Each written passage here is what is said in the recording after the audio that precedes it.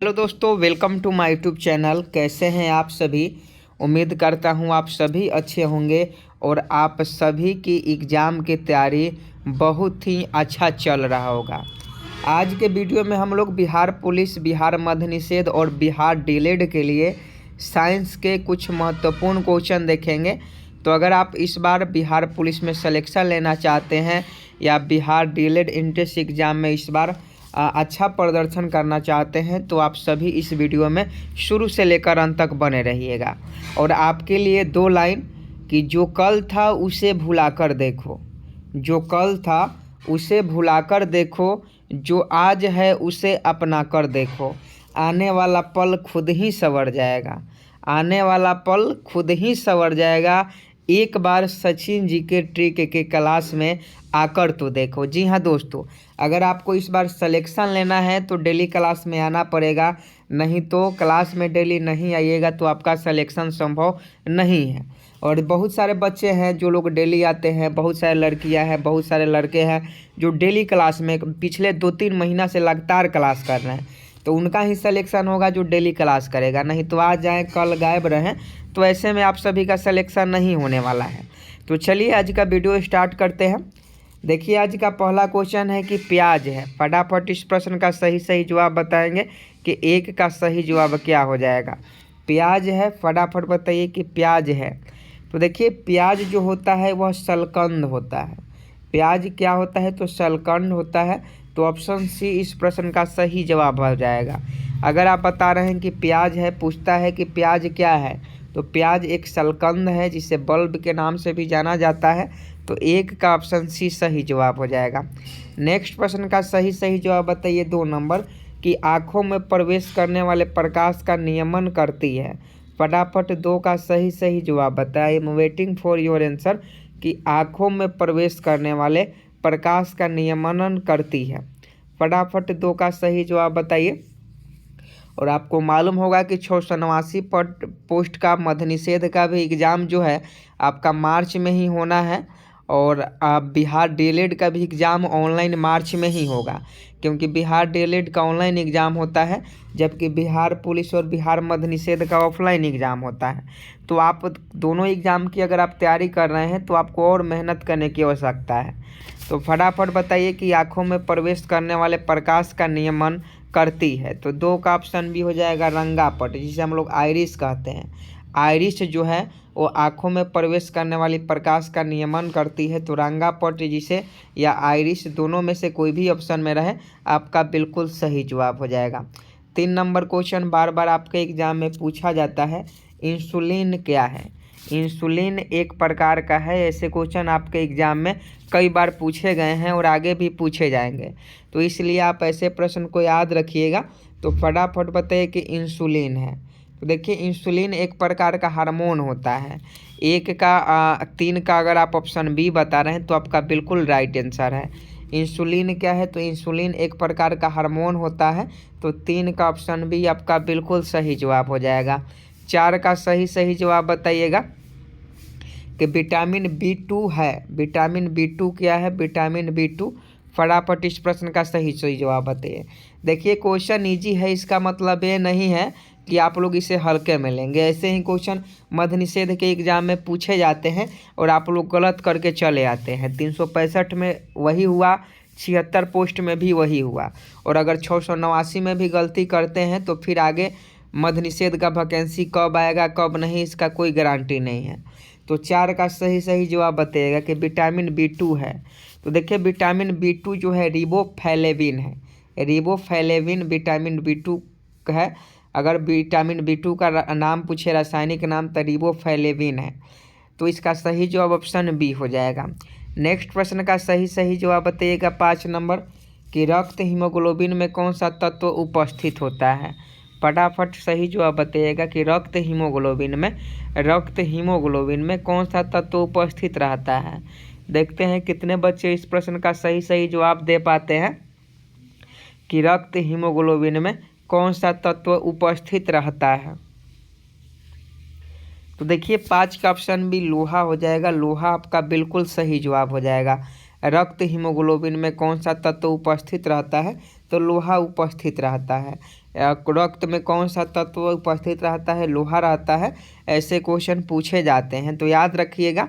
ये नहीं कि इजी क्वेश्चन है तो इसे अनदेखा कर देंगे, तो इग्नोर कीजिएगा, तो एग्जाम में भी इग्नोर कीजिएगा और गलत करके चले आइएगा, समझे कि नहीं। तो इसलिए कोई भी क्वेश्चन हो उसे ध्यान से पढ़िए, ध्यान से याद रखिए। 6 का सही जवाब बताएं कि दौड़ लगाते समय मनुष्य का रक्तचाप।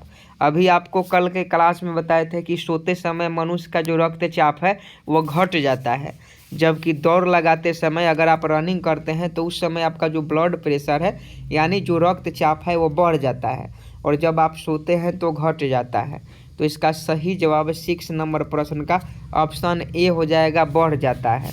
दौड़ लगाते समय मनुष्य का रक्तचाप बढ़ जाता है। नेक्स्ट प्रश्न का सही जवाब बताइए कि पौधों का मुख्य प्रकाश संश्लेषी अंग है। फटाफट सही जवाब बताइए 7 का, कि पौधे को मुख्य प्रकाश संश्लेषी अंग कौन सा है। तो सभी लोग जानते हैं कि पत्ती जो है पौधे का मुख्य प्रकाश संश्लेषी अंग है, तो 7 का ऑप्शन सी हो जाएगा। क्वेश्चन पूछे कि पौधों का मुख्य प्रकाश संश्लेषी अंग है, तो पत्ती है। नेक्स्ट प्रश्न का सही जवाब बताइए 8 नंबर, कि वर्षा की बूंदे गोल होने का कारण क्या होता है। ये इस पर प्रश्न पर आप लोग स्टार लगा लीजिएगा।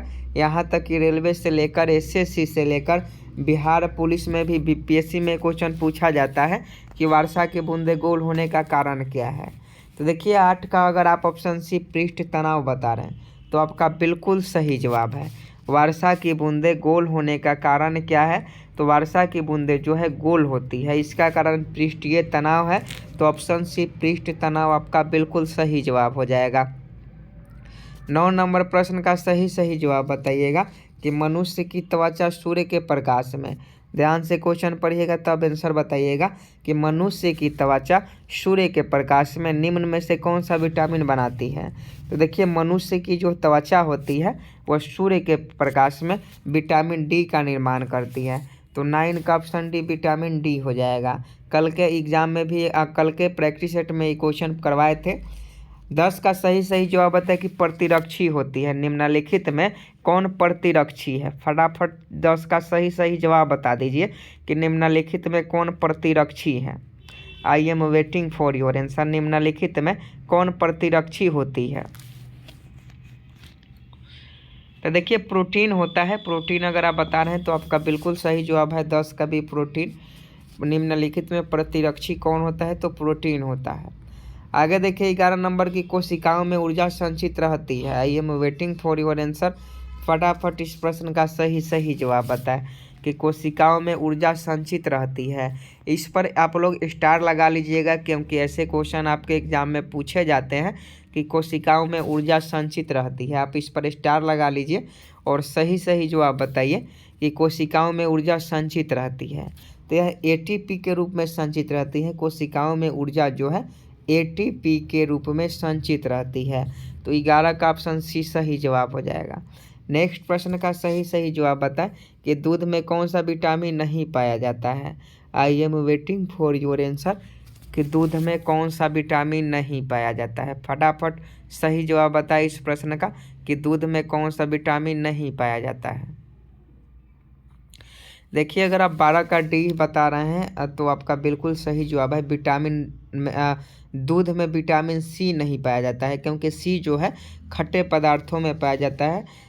जैसे आंवला हो गया, आम हो गया, इस सब में खट्टे पदार्थ जो भी होते हैं उसमें विटामिन सी पाया जाता है, लेकिन दूध में विटामिन सी नहीं पाया जाता है। तो क्वेश्चन बार बार पूछता है कि दूध में कौन सा विटामिन नहीं पाया जाता है, तो विटामिन सी नहीं पाया जाता है। नेक्स्ट प्रश्न का सही जवाब बताइएगा कि मनुष्य में कितने गुणसूत्र पाए जाते हैं। I am waiting for your answer. 13 का सही जवाब बताएं कि मनुष्य में कितने गुणसूत्र पाए जाते हैं। तो देखिए अगर 13 का अगर आप ऑप्शन बी बता रहे हैं 46 गुणसूत्र, तो आपके बिल्कुल सही जवाब है।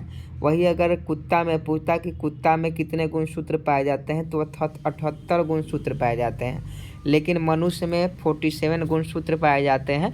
तो 13 का ऑप्शन भी इस प्रश्न का बिल्कुल आपका सही और सटीक जवाब है।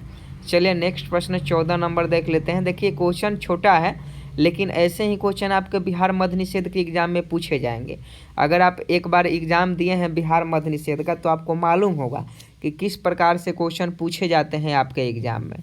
14 का सही जवाब बताइए कि वह कौन सा वर्म, यानी वर्म का मतलब कृमि होता है, कि वह कौन सा कृमि सबसे लंबा है। फटाफट 14 का सही जवाब बताइए कि वह कौन सा कृमि है जो सबसे लंबा है। I am waiting for your answer कि कौन सा कृमि सबसे लंबा है। तो देखिए टेप वर्म जो है, टेप वर्म वो सबसे लंबा है। कौन सा कृमि सबसे लंबा है, तो टेप वर्म कृमि सबसे लंबा है। तो 14 का भी सही जवाब हो जाएगा। नेक्स्ट प्रश्न का सही जवाब बताइएगा कि आलू का कौन सा भाग खाया जाता है। 15 का सही जवाब बताइए कि आलू का कौन सा भाग खाया जाता है। तो देखिए बहुत लोग का सही जवाब जौर आ रहा है, तो जौर बिल्कुल गलत है, क्योंकि अगर आप देहात एरिया में हैं, आपके यहाँ आलू की खेती होती है, तो आप देखे होंगे कि आलू जो है बीच में रहता है, उसके बाद जौर आता है, और उसके पहले जो होता है वो फूंगली रहता है। तो इसे हम लोग बीच वाले भाग को ताना बोलते हैं। तो ऑप्शन बी इस प्रश्न का सही जवाब हो जाएगा। अगला प्रश्न देखिए कि प्राणियों के लिए कौन सी गैस आवश्यक है। प्राणियों के लिए कौन सी गैस आवश्यक है, फटाफट बताइए। तो देखिए सजीवों के लिए जो होता है वो O2 यानी ऑक्सीजन गैस जरूरी होता है। तो इसका सही जवाब O2 यानी ऑप्शन सी हो जाएगा। प्राणियों के लिए कौन सी गैस आवश्यक है, तो O2 गैस आवश्यक होता है। ऑक्सीजन प्राणियों के लिए आवश्यक होता है। नेक्स्ट प्रश्न देखिए कि विटामिन डी सबसे अधिक कहाँ मिलता है। फटाफट 17 का सही जवाब बताएंगे कि विटामिन डी सबसे अधिक कहाँ मिलता है। तो आप सभी को मालूम है कि विटामिन डी जो है सूर्य के प्रकाश में, सूर्य से सबसे अधिक विटामिन डी मिलता है। विटामिन डी का स्रोत कौन सा है, तो सूर्य है। तो ऑप्शन डी बिल्कुल सही जवाब हो जाएगा। आगे देखिए कि पौधों के सामान्य विकास एवं वृद्धि हेतु कुल कितने पोषक तत्व आवश्यक है। ये भी क्वेश्चन आपको पहले करवाए हैं, फिर भी रिपीट करवा रहे हैं ताकि आप कोई याद हो जाए, जो लोग को याद नहीं हो वो लोग याद कर लें। तो देखिए पौधे के सामान्य विकास एवं वृद्धि हेतु कुल कितने पोषक तत्वों की आवश्यकता होती है। फटाफट सही जवाब बताएंगे कि 18 का सही जवाब क्या हो जाएगा। तो देखिए ऑप्शन सी 16 हो जाएगा। पौधों के सामान्य विकास एवं वृद्धि हेतु कुल 16 पोषक तत्वों की आवश्यकता होती है। कौन सा विटामिन पानी में घुलनशील है, तो आपको पहले ही बताए हैं कि विटामिन बी और सी को छुड़ाकर जितने भी विटामिन है सब पानी में घुलनशील है। तो विटामिन बी इस प्रश्न का सही जवाब हो जाएगा ऑप्शन डी। विटामिन ए की कमी से कौन सा रोग होता है, तो सभी लोग जानते हैं कि विटामिन ए की कमी से कौन सा रोग होता है। तो विटामिन ए की कमी से रतौंधी रोग होता है। विटामिन ए का रासायनिक नाम रेटिनॉल होता है और इसकी कमी से रतौंधी नामक रोग होता है। जहरीले पदार्थों को क्या कहा जाता है, फटाफट 21 का सही जवाब बताएं कि जहरीले पदार्थों को क्या कहा जाता है। I am waiting for your answer. जहरीले पदार्थों को क्या कहा जाता है, तो देखिए टॉक्सिन कहा जाता है। याद रखिएगा अगर क्वेश्चन पूछे कि जहरीले पदार्थों को क्या कहा जाता है, तो टॉक्सिन कहा जाता है। तो टॉक्सिन इस प्रश्न का सही जवाब हो जाएगा। आगे देखिए 22 नंबर की एड्स की बीमारी फैलती है। एड्स की बीमारी फैलती है, तो एड्स आपका HIV के द्वारा होता है। HIV के कारण एड्स होता है। और आपको बता दें कि एड्स दिवस हर साल 1 दिसंबर को एड्स दिवस मनाया जाता है, समझे कि नहीं। और एड्स की बीमारी कैसे फैलती है, तो यह वायरस के द्वारा फैलती है। तो इसका सही जवाब ऑप्शन बी हो जाएगा। वायरस के द्वारा फैलती है एड्स की बीमारी, तो यह वायरस हो जाएगा। वायरस का मतलब कहने का HIV जो होता है विषाणु होता है। तो अगर मान लीजिए कोई रोगी है, किसी को एड्स बीमारी है और वह शेविंग करवाया है, मतलब बाल उल कटवाया है, और उसी ब्लेड वो जो ब्लेड रहता है, जो ब्लेड से दाढ़ी उड़ी बनता है, उससे उसके शरीर में कहीं कट लग जाता है और उसमें खून की मात्रा रहती है। और आप भी जाते हैं और नाई क्या करता है कि वही ब्लेड से आपका भी बाल बना देता है। तो आप ब्लड में उसका ब्लड टच हो देता है, मतलब आप भी HIV पॉजिटिव हो जाइएगा, समझे कि नहीं। तो एड्स की बीमारी फैलती है तो वायरस के द्वारा फैलती है।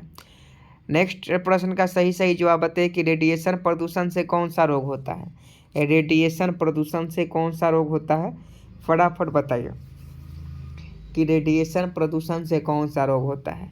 तो ये चमड़ी का कैंसर होता है, चमड़ा का कैंसर, त्वचा कैंसर जिसे हम लोग बोलते हैं, त्वचा कैंसर रेडिएशन प्रदूषण से होता है। तो इसका सही जवाब ऑप्शन ए हो जाएगा। विटामिन सी का सर्वोत्तम स्रोत है, फटाफट बताइएगा। तो फटाफट सबसे पहले जान लीजिए कि दूध में विटामिन सी पाया जाता ही नहीं है, तो विटामिन जो दूध है वो होगा नहीं। तो 3 ऑप्शन आपके पास बचा, तो आंवला इस प्रश्न का सही जवाब है। विटामिन सी का सर्वोत्तम स्रोत आंवला होता है। वेंचुरी मीटर से ज्ञात करते हैं, फटाफट बताइएगा कि वेंचुरी मीटर से क्या ज्ञात करते हैं। I am waiting for your answer. Venturi meter से क्या ज्ञात करते हैं? तो देखिए, इससे हम लोग जल के प्रवाह की दर को ज्ञात करते हैं कि जल की प्रवाह कितनी तेज़ी से हो रही है। इसके दर को मापने के लिए हम लोग वेंचुरीमीटर का प्रयोग करते हैं। नेक्स्ट प्रश्न का सही जवाब बताइएगा कि एक लिफ्ट एक समान वेग से ऊपर जा रही है, तो उसमें स्थित व्यक्ति का भार क्या होगा? एक लिफ्ट एक समान वेग से, जैसे आप लिफ्ट में चढ़ेंगे तो वह समान रूप से ऊपर जाएगी, तो उसमें आपका भार क्या होगा? तो उसमें आपका भार जो होगा अपरिवर्तित रहेगा। जितना भार है, अगर आप 50 kg का है तो 50 kg ही रहेगा, ना घटेगा ना बढ़ेगा, तो अपरिवर्तित रहेगा। बिल्कुल सही जवाब हो जाएगा। आगे देख लीजिए 27 नंबर की, रेडियम किस खनिज से प्राप्त होता है? रेडियम किस खनिज से प्राप्त होता है? I am waiting for your answer. आप लोग सही जवाब बता दें कि रेडियम किस खनिज से प्राप्त होता है।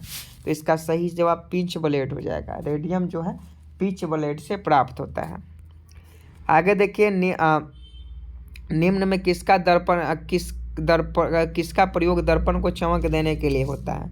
फटाफट इस प्रश्न का सही जवाब बताएं कि निम्न में किसका प्रयोग दर्पण को चमक देने के लिए किया जाता है? तो 28 का ऑप्शन है सिल्वर नाइट्रेट हो जाएगा। सिल्वर नाइट्रेट को दर्पण को चमक देने के लिए प्रयोग किया जाता है, तो 28 का ऑप्शन है सही जवाब हो जाएगा। सबसे आघातवर्धनीय धातु है, 1 नंबर का क्वेश्चन है, याद रखिएगा कि सबसे आघातवर्धनीय धातु कौन सा है? तो ये आपका सोना होता है।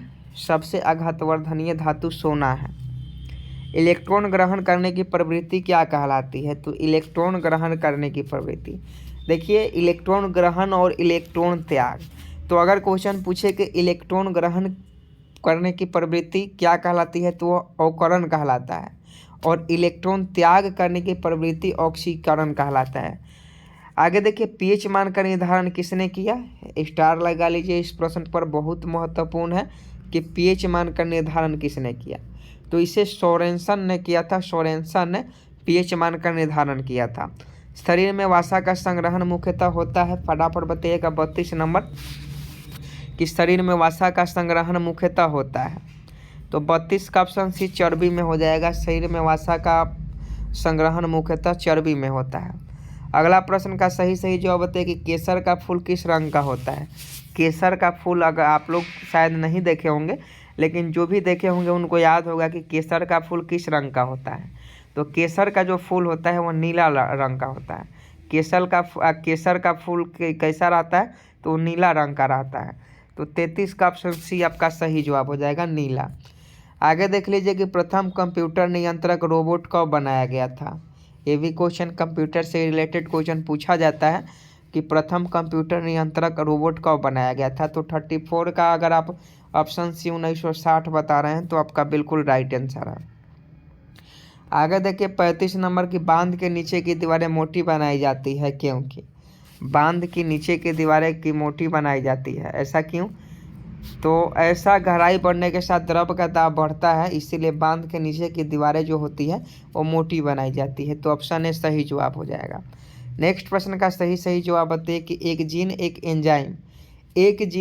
एंजाइम सिद्धांत को किसने प्रतिपादित किया था? I am waiting for your answer कि एक जीन एक एंजाइम सिद्धांत को किसने प्रतिपादित किया था? देखिए, अगर आप ऑप्शन सी वीडल और टैटम बता रहे हैं तो आपका बिल्कुल सही जवाब है। एक जीन एक एंजाइम सिद्धांत को किसने प्रतिपादित किया था? वीडल व टैटम ने। 37 का सही जवाब बताइए कि वह सबसे छोटा कण जिसमें उस तत्व के सभी गुण वर्तमान हो। वह सबसे छोटा कण जिसमें उस तत्व के सभी गुण वर्तमान हो, उसे क्या कहते हैं? तो उसे हम लोग परमाणु कहते हैं।